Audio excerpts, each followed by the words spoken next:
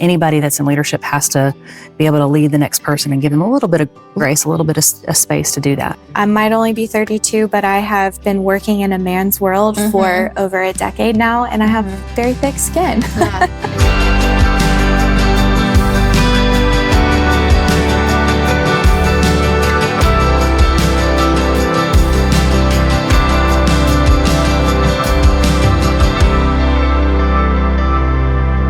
Welcome back to the Paper Trail, where stories leap off the page and into conversation. Today's guest is a true powerhouse in the business world, Michelle Boykin, COO of Rackley Roofing.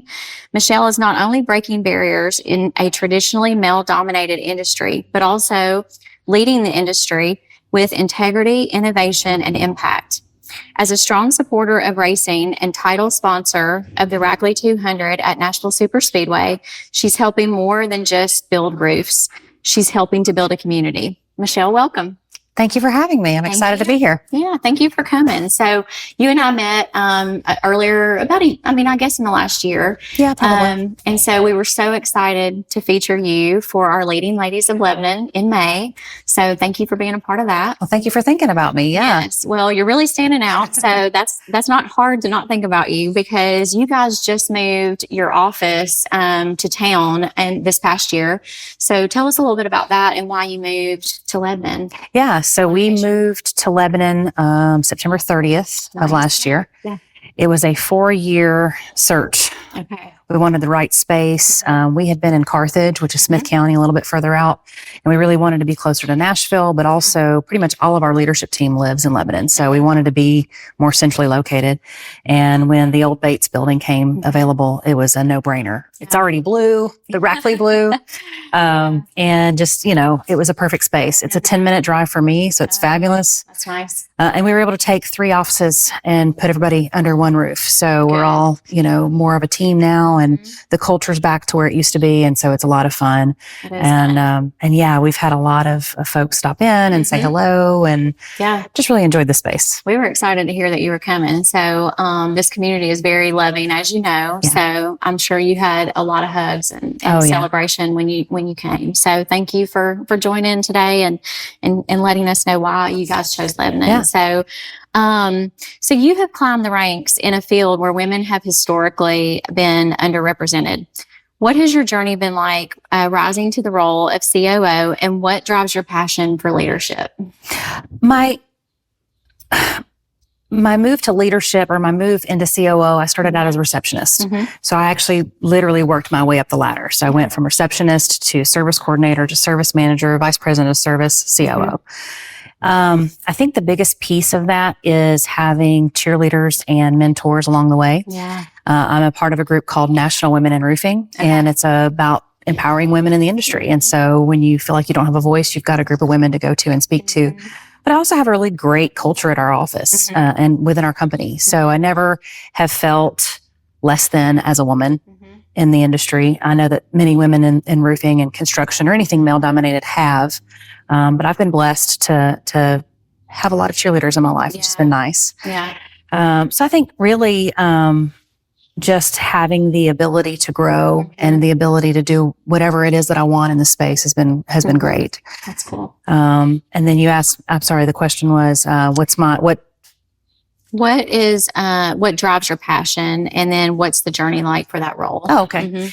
So what drives my passion really is empowerment. Yeah. And for me, I'm a very black and white, this is the way that it is sort of person. So having the idea that you've got sort of these guardrails up, but as long as you're within those guardrails, make it happen. Yeah. That empowerment piece is really important. And I think that anybody that's in leadership has to be able to lead the next person and give them a little bit of grace, a little bit of space to do that. So.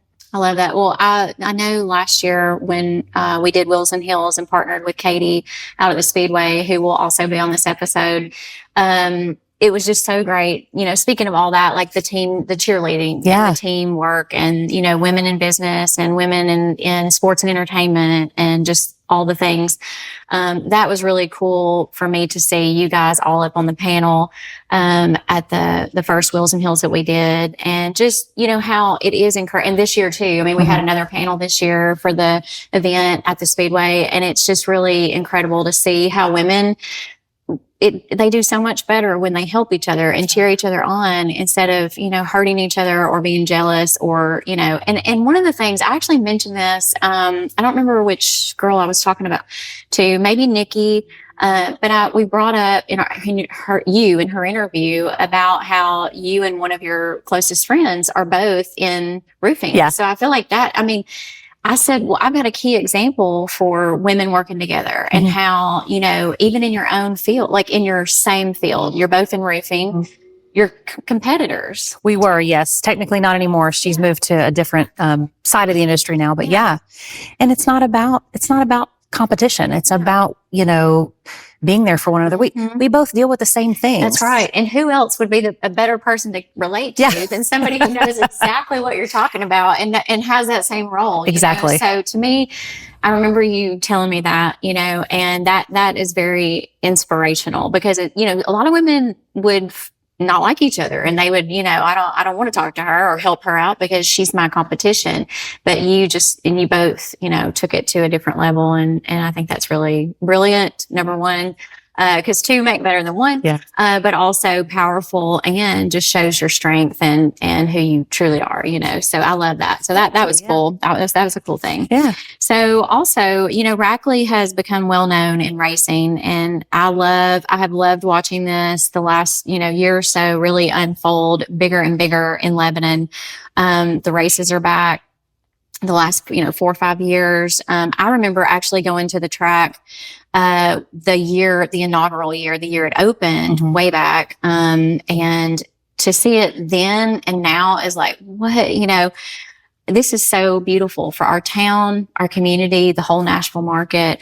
So I'm so excited that you guys are a big part of that. So you are the title sponsor to Rackley 200 out at the track. And how did that sponsorship come about? And what does the world of motorsports mean to you and the brand? So in a roundabout way, we are involved in a lot of different sporting events in the sporting world. So like Little League, my son's team is the Rackley Roofing team, so it's everything, football, baseball, whatever. And we had a connection when we were involved with the Titans. We had a zip line and the owner of the zip line had a friend. Everybody has a friend of something. And he said, hey, I've got this friend and he really needs a sponsor for a couple of races. So we did one race and it happened to be the Daytona race. Nice. And it was this amazing moment of we were running like fourth or something. And there was a wreck and the hood of the truck flipped up and the guy had to drive blind back into pit road. Oh my gosh. And so we were huge marketing thing and we're all over Twitter, all the things. And my boss, Curtis, was hooked. Like this was it. This was super cool. Yeah. And so we sponsored that guy for a while. And then Curtis really got the bug and said, you know what? I want to be an owner of a team. So he joined with Willie Allen and they have Rackley War. Yeah. And while he's doing all these things and we're sponsoring this stuff and, we're just sort of business as usual, his son is really getting the bug too. And he started racing on iRacing, I think is what it's called, and really just got involved. That's cool. And now he's running in the truck race on Friday I night. met him this past race and just a wonderful boy. I'm going to call him a boy. I know he might not like that if he hears that, but I have an 18-year-old son too. And I still am like, okay, you're a young man. You're not a man yet, but you're still my boy.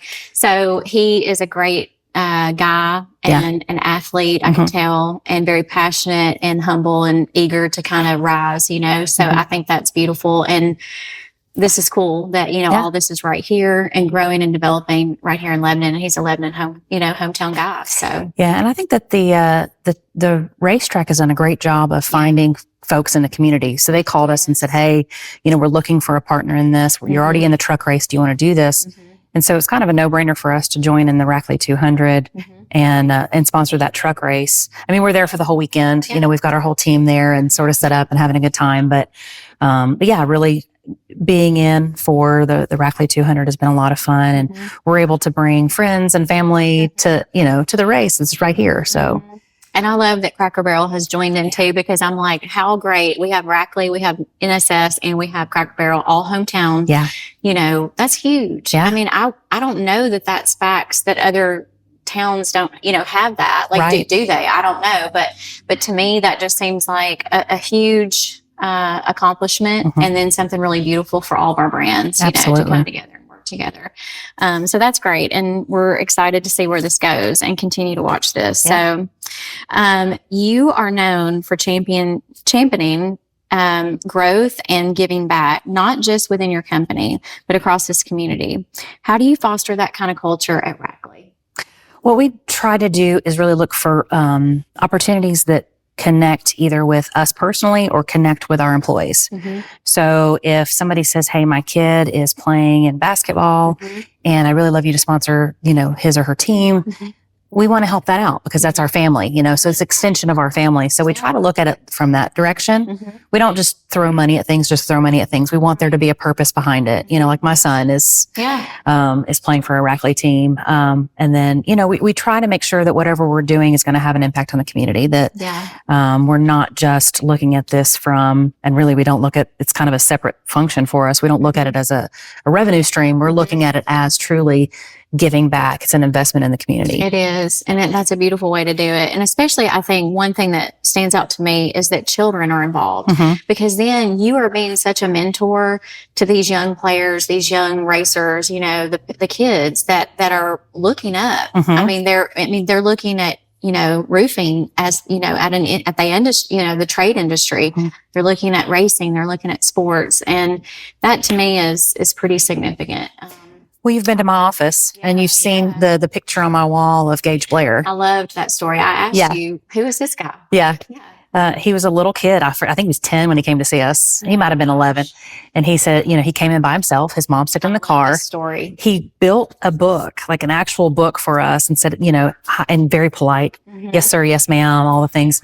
And said, I'd really love to have you as a sponsor. Here's a book. Take a look and let me know what you think. And he waited a couple of days and he called me back and I'm like, take my money, just have the guts as a kid, to like ask for that. Yes. And then that tells you right there, you got something. Yes. You're going to go places and you're going to make it, because one of my favorite quotes is, and that I would love to tell this little boy that at some point, but is Wayne Gretzky. You miss 100% of the shots you don't take. And that right there, he was probably worried, and thinking about, okay, well, if I walk in there, what is she going to say? But you know what? Look, you did. And look, now. And he's winning races right and left. Amazing. Yeah. That was his gift, and that is beautiful. So I love that story, and I hope to continue to follow him and see where he goes. Because I think these young guys, it's cool. And even like Dylan Fetcho, that's in town, lives out in Watertown. I've kind of been watching him the last couple of years too. And same thing. I just root them all on, the hometown football players that we've had. And that's how it starts. And even the men, when we did interviews with the guys from our next issue, it was like they all talked about coaching. Their common impact kind of thing that they all saw as a young guy was they all had a mentor or a coach or a teacher from a boy that just really, really impacted them as to who they are today. Yeah. And I thought I feel like boys, it is that way. Women too. I think we have more of a mother figure, maybe, or maybe somebody in our church or something like that. But I think for boys, it is typically a coach or a teacher, or their dad, I believe. But and sometimes their dads are report coaches. But I do think that's really cool. Yeah. So I think that's going to be something to watch these boys and see where they end up. And hopefully you'll have a lady in. Maybe we'll get a girl in the mix here. We have before. Okay. Yeah. So we had a lady, Brittany Zamora. She raced for us for a couple of years. She actually won, and I'm going to mess it up, but I think she was the only person at the Nashville Fairground Speedway to win 2 races. Nice. Okay. So she won something. I don't know if that's exactly what it was, but yeah, she's doing great things. She actually just got married, and nice. yeah. So well, hopefully, maybe there'll be another lady or young lady listening that may want to get involved, because I think that's beautiful, and hopefully we'll have some more girls and boys involved. Absolutely. So when you are not at the office, how do you personally recharge or stay grounded because you have such a high demand role? I'd love to have some profound thing to say. I veg out. Yeah. Usually it's Netflix and, a bucket of popcorn or something. I like to read if I have the time, but that's more of a, on the beach when you have actual time. Really. Yeah, I like to veg out. Now my boys, I have 2 boys and I'm married. And so we have found the best thing for us as a group of 4 to do is golf. So we'll go golfing, and usually we'll only do 9 holes because I've got a 10-year-old and he's got a attention span of a fly. But we do that and, have fun, get outside, do that. My oldest is about to go into a senior year, so I'm trying to soak up time with him. Just listen, do it. And he loves to talk when we drive. So taking a drive with him really recharges me. That's good. Yeah. That's good. My son just graduated and I'm telling you, it's gone, it's gone, but I'm looking forward to college, and I tease him that I might go back for my master's and live with him. He's there you go. Negative, goes right around that one. But it is fun. And I think being present, that was another thing that Casey said in her interview, was like, being present, especially when we have these guys and young ladies in our lives, and we need to really, even though we are very busy in our roles, it is wonderful to really step back and be present. So I think that's important. So it sounds like you're finding ways to do that. So, so the Rackley 200 is more than just a race. It's a community event, which is huge, and your team is at heart. What's one of your standout moments from this year that you might have? In past years, we always ask for volunteers from our company to work the booth or whatever you want to call it. And it's not always a struggle, but you have to, hey, can you do this? This year we had so many people, like it was almost like a waiting list. Nice. So having so many people being interested in serving and volunteering and doing that. And every time that I would go by the booth, because I'm usually having to run around and do something else, every time I go by the booth, the excitement was just huge. Yeah. And the weather was wonderful. Yeah. Especially on Friday. Yeah. Because I actually wore a jacket. I get cold so easy, and I wore a jacket, but we went by the booth and we played the games and met everybody and got to talk. And, it was exciting. Yeah. It was a lot of people in line, and a lot of people are, excited to, just engage, I think, engage. You feel like you have this instant connection when you're standing there. You're like, oh, okay, yeah, I'm in, I know this. Like, this is part of my life now. I'm a racer. Yeah, yeah. And you're like, are you? Like, do you even know anything about it? But you feel like that. Yeah. Even when you're on the grounds. I mean, you just feel like, okay, now I'm a race fan. Yeah, I'm in. I've never even been here before. Yeah. So it is very influential. I think that when you're there, it's very much an influence. The track, the vibe, the energy. Is huge. Yeah. So that is amazing. So thank you guys for being a part. Thank you for being a part of our May issue and being a partner with Lebanon City Lifestyle. So we've got so much coming. And one other thing I would like to touch on is just kind of a teaser, but we're doing a story on your Rackley University. And so a lot of people don't even know what that is yet. And we're going to definitely talk more about it in the magazine come August. Yeah. But kind of fill us in a little bit on what that looks like and maybe what you got coming up. So I don't want to give too much away because I know that it's going to be a feature. Yeah. So what I'll say is it's a training facility, obviously, hands-on and also classroom setting if you want it. But coming up in a couple of weeks is Skills USA. If you haven't heard of it, it's an organization that basically does competitions for the trades. Yeah. So anything from, I saw a Mustang and they were installing some stuff at the state level. They were doing all sorts of cool stuff. And then, you have them build a building or plumbing, electricity, all the things. And roofing's only been in it for a few years. And so it's still a fairly new subject in that field. But the national competition is in a couple of weeks in Atlanta. And there's a guy from Lebanon High School. His name is Nathan that won state. And so he'll be competing along with 17 other roofers. Nice. In Atlanta in a couple of weeks. So, and we've been training him. He's been coming in on his own time, 2 days a week.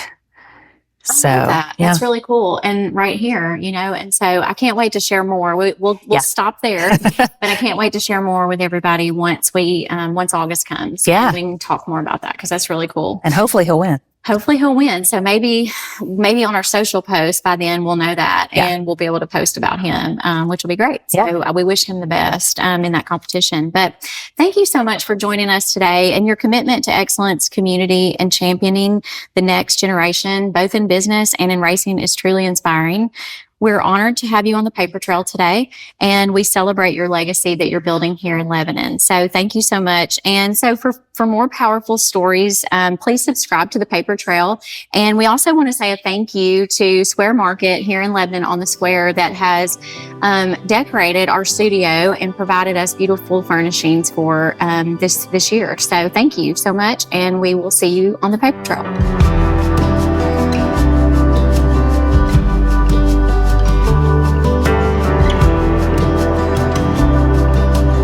Welcome back to the Paper Trail, where we take you beyond the pages of Lebanon City lifestyle to spotlight the inspiring people in our community. Today, I am thrilled to sit down with one of our May issue leading ladies of Lebanon, Katie Myers, the powerhouse marketing director of Nashville Superspeedway.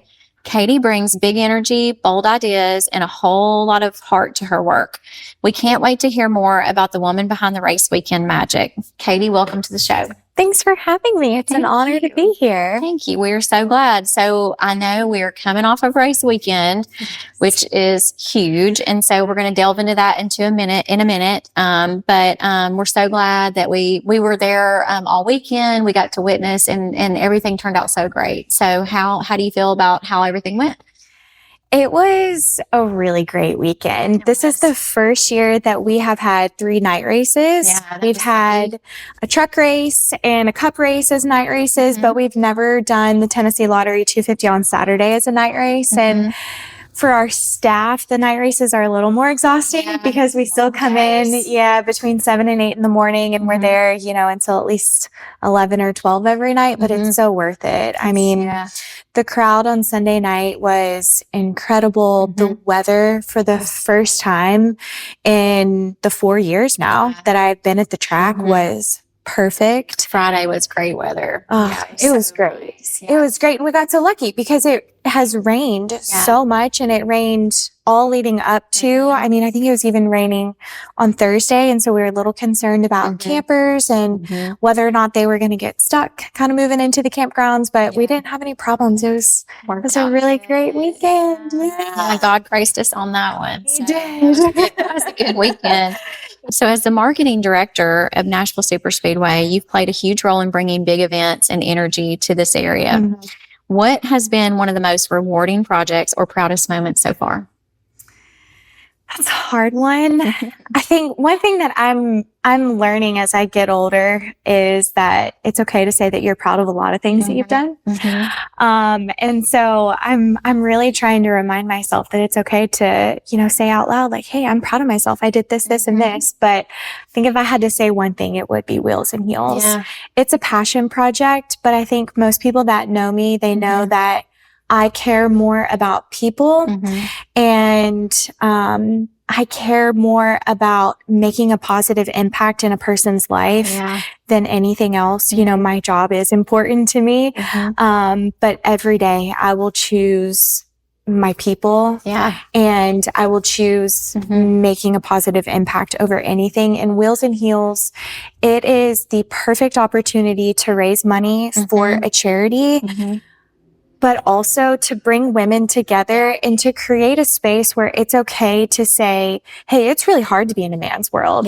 Or, hey, this is something that as a woman, we have to do this that a man doesn't have to face. And it's not we're going to bash men. It's we're going to come together and we're going to encourage and empower each other. And I love it so much. After our second event in April, I was so humbled. I went home and I cried a little bit just because I was just so grateful for everybody. I mean, you coming alongside me and me saying, hey, I want to do this. And you're like, yeah, let's do it.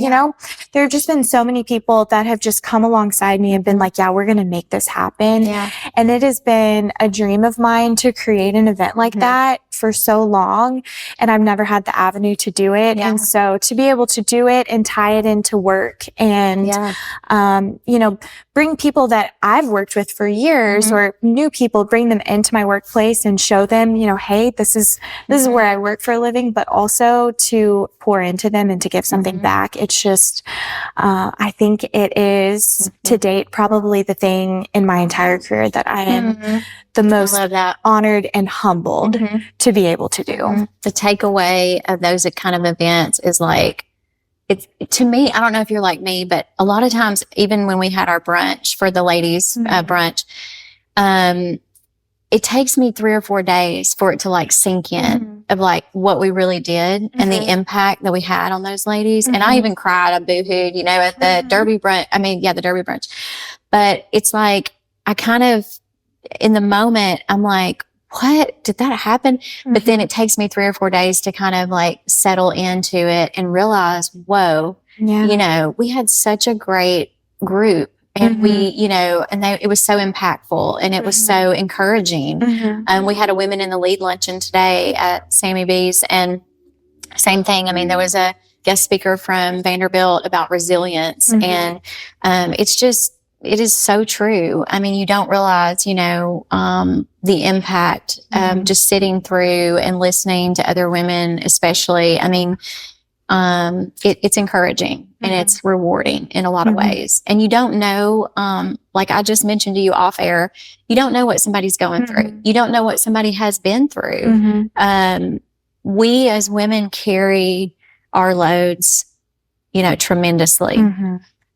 We are caretakers. We are mentors. We are powerhouses. We are wives, mothers, friends, everything. And we don't always show, you know, the outside of the package doesn't always show what we're dealing with. So those women, I remember I actually had a call with Erin Ryder after that, you know, and just same thing. It's like you don't realize what they're going to talk about, how impactful it is, and it's going to carry on after that day. I mean, you know, now I'm going to help them do some things later in the year. I want to also connect them to some players here, no pun intended, but some other players I think that could, you know, help her and benefit her business. So it's just, you don't know what all it's going to do. So thank you for bringing that to the table. So in our May issue, we celebrated you as a leading lady. What does leadership mean to you personally, and how do you strive to lead with impact? This is my favorite question because I got a whole master's degree just so that I could study leadership. I've had a lot of bad leaders in my life. And I think it's just the nature of it. You know, just because somebody's good at their job, it doesn't mean that they're equipped to be a good leader. Leadership is hard. It is hard. It's really, really hard. You know, I'm only 32 and I have a relatively small team. I have a marketing coordinator and a graphic designer.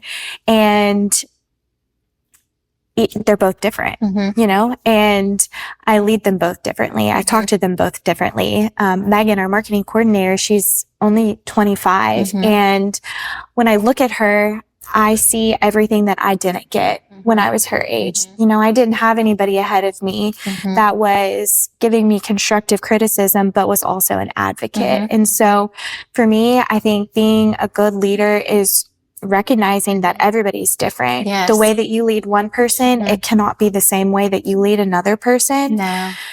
But also being a leader means that sometimes you have to do hard things. Yes, you do. You can't just be the person that's well liked. I am somebody that it hurts my feelings when people don't like me. But at the end of the day, you have to do hard things and you have to stand in the gap. Sometimes you have to reprimand people. Sometimes you have to have hard conversations. And sometimes that means that you're not well liked. And I'm learning that as I get older. And so I think that's a big part of leadership is recognizing that there's something bigger at stake and you have to lay your ego aside. And that's hard. But if we're all working towards the same thing, then at the end of the day, it is going to work itself out and people will circle back, or maybe they don't. Maybe they don't change their opinions about you, but that's okay as long as you are working to do the right thing and you have the right intentions. But Leadership is Still hard. Still hard. It's hard. But it also is like work. You have to know that work is work, and you can't put your I'm very personal too, and I have a lot of feelings, and I want to love people and them to love me. And so that is hard when you got to separate it and compartmentalize, you know, this is the job and this is the end goal for everybody. So you still have to be strong to get through it. Yeah. So that's how it is hard. Leadership is, I mean, it is. It's like everybody wants it. You all want to lead or to have that role. You know, you want to manage somebody or have a job where you're, you know, not at the bottom of the pole. But a lot of times, I mean, you just don't realize the resilience that you have to have and strength to lead. Yes. Resilience and strength. You have to have it. You do. And fortunately for me, you know, I might only be 32, but I have been working in a man's world for over a decade now, and I have very thick skin. Resilience. Yes. Yes, that's true. Well, okay. Race weekend. Oh my goodness. Race weekend. Boy, it was full on production. Okay. Full on production. So from fan experiences to sponsorships to fans, you know, to Cracker Barrel joining in and changing, you know, the whole ambiance of the game. Can you give us a behind the scenes glimpse of what it's like to coordinate all these parts? Fireworks. I mean, you got fireworks, you got musicians, you've got everything. Yeah, it's a lot. And our team at Nashville Superspeedway is much smaller than any of the other tracks that Speedway Motorsports owns. And so we are a very, very small team. And my marketing team, I mean, it's 3 of us. I say we are small, we're nimble, we're creative. I think we're really fortunate. We have a lot of people on our team that are just really good, but we are managing a lot of different things. And so I just got an email today. I mean, my business plan for our 2026 race has to be done by the end of this month. It's June 12th. You know, and so we start planning for our next race, even though we don't have our date yet, we start planning months and months in advance. And there are so many different moving parts and things change. And so we have to, you know, make sure that we stay flexible. But we will start, we'll do a massive debrief with our team, usually a week to 2 weeks after our NASCAR race. And we'll take the notes from that debrief and then instantly we turn that into, okay, how can we fix? How can we tweak? How can we adjust? What was this feedback? And then we just start running. And this past year, it was a little bit more challenging because we didn't know who our entitlement sponsor was until we announced it on April 10th. And so that is actually that was a lot. That's in our ad window. And so we had actually gone to media. We had TV. We had TV and we had radio and we had digital and social paid media all out there. Every piece of creative that we had to be pulled and put back out. All of our radio, our TV ads had to be pulled and put back out. And so that required a lot just on the marketing and the creative side. Like we were anticipating, you know, the ad, because I remember you were like, I'm going to get you the ad, but yes, we can't say anything yet. We're waiting. You know? So it was like right at the final hour. Fortunately, our billboards, we put them out into the market 6 weeks ahead. And so we didn't have to send any billboards to print because that would have been an expensive change. But I mean, we will start, depending on when our race is, you know, on the marketing side, we'll start our creative campaign. We'll start developing all of that. It'll probably be done and developed by August, September at the latest. And then we start paid media will be 6 months in advance. And then we start slowly trickling in. And some of those other pieces, you know, the entertainment and those things, those start trickling in, you know, anywhere from 4 to 5 months ahead of time. And it's just it's a slow build. But then when we're about 3 months out from the race, it's just a full on. I mean, my brain is, I feel like a squirrel, you know, I'll either walk around with a notepad or my phone and I'll just type things as I think of it. I mean, inboxes are flooded, hundreds of emails a day. It's just. And you're also working on I mean, some people may not know, but, hopefully when listening to this, you guys also allow other companies and businesses to come in and use the track. So Nashville Cars and Coffee, other places. And then the Grand Prix, is right around the corner. And that'll be coming in. And of course, brings, great joy and lots of activity and business and tourism to our area. So that's coming, but people can use the track to be able to benefit their business as well as it brings folks to you, that you've got to plan those things as well. So our operations team, I mean, they are working 7 days a week for months and months. We had Good Guys Car Show the week before or 2 weeks before. It was either a week or 2 weeks before. And so when we have events that are that close to our major event, that impacts our premium structures that we have to build. That impacts the way that they can prepare the facility. And so there's a lot of factors that go into a lot of things, but our facility, people don't realize that we are a track rental as well. And so from March until I think the first week of November, we have a rental or an event of some sort at our track every single week, except for 5 weeks out of that span. That's and so we're a very, very, very busy facility. We are not the promoter on all of those events, but we still touch it in some capacity. And so, yes, there are many, many moving parts and things that we're involved in. That's amazing. Y'all are really killing it out there. So one other question I have for you, outside of race day, what are some of your favorite ways to unwind or stay inspired creatively and recharge? I'm a very big advocate for rest and balance and recharging. For as long as I can remember. I mean, I grew up playing sports, and so I'm very active. Probably the people closest to me would say that I'm a busybody. I love working out, and so that is my main outlet to just kind of rest and relax. I just ran a half marathon in April, and so depending on my schedule, I always wake up. I say always. Usually 4 days out of the week, I wake up at 4:30 in the morning, and then I go to the gym, and that's really a good way for me to just kind of brain dump everything and just kind of set my day right. And then I'll come home in the evening and either run or take my dog for a walk. I just love being outside. I love taking a slow pace, especially when the weather's nice, and listening to audiobooks or podcasts and just setting my phone down. People will also tell you if I have my phone set on so many do not disturbs and they are on, it's a timer. And so depending on what time of day it is, my phone will go into sleep mode. It'll go into do not disturb, work mode, whatever.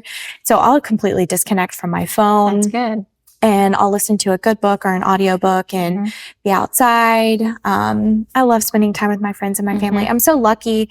I'm a Middle Tennessee native and my family lives in Clarksville. And so, I'm fortunate that, if I need a little extra love, I can go see them or, hang out with my friends. But my main outlet, I think, to stay fresh mentally and physically is exercise in some capacity. That's awesome. Yeah. Well, good for you. And that's needed. You have to recharge and refill so you can continue on all this awesome work.